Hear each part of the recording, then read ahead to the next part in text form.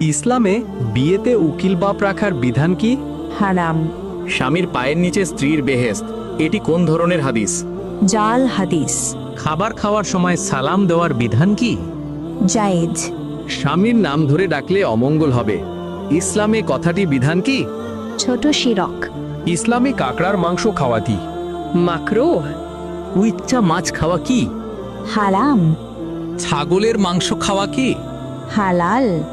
গাধার মাংস খাওয়া কি? হারাম। মুরগির মাংস খাওয়া কি? হালাল। কোন সন্তানের জন্য পিতামাতাকে জাহান্নামে যেতে হবে? চরিত্রহীন কুসন্তান। কোন ব্যক্তি কবরে নামাজ পড়ার অনুমতি পেয়েছেন? সাবিত বুনানি রাদিয়াল্লাহু তাআলা। কোন নবী সারা জীবন রোজা রেখেছিলেন? হযরত নূহ আলাইহিস সালাম। হযরত মুহাম্মদ সাল্লাল্লাহু আলাইহি ওয়াসাল্লাম কোন দেশে জন্মগ্রহণ করেন? সৌদি আরব।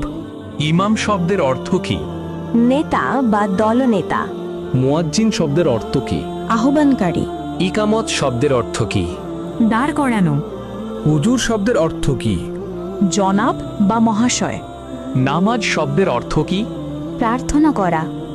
হযরত মুহাম্মদ সাল্লাল্লাহু আলাইহি ওয়াসাল্লামের জন্ম কত খ্রিস্টাব্দে? 570 খ্রিস্টাব্দে। হযরত মুহাম্মদ সাল্লাল্লাহু আলাইহি ওয়াসাল্লামের জন্মস্থান কোথায়? মক্কা নগরীতে। হযরত মুহাম্মদ সাল্লাল্লাহু আলাইহি ওয়াসাল্লাম কোন বংশে জন্মগ্রহণ করেন? কুরাইশ বংশে। হযরত মুহাম্মদ সাল্লাল্লাহু আলাইহি ওয়াসাল্লামের মৃত্যু হয় কত খ্রিস্টাব্দে? 632 খ্রিস্টাব্দে। পরীক্ষা কে আবিষ্কার করেন? হেনরি ফিশান। লেখাপড়া পদ্ধতি কি আবিষ্কার করেন? Alexander Magnus. বই কে আবিষ্কার করেন? Johannes Gutenberg. কলম কে আবিষ্কার করেন? লাস জরো বাইরো। খাতা কে আবিষ্কার করেন? চাইলুন। মৃত্যু শব্দের অর্থ কি? সমাধি। জন্ম শব্দের অর্থ কি? আগমন। কিয়ামত শব্দের অর্থ কি? মহাবিচারের দিন। মোহাম্মদ শব্দের অর্থ কি?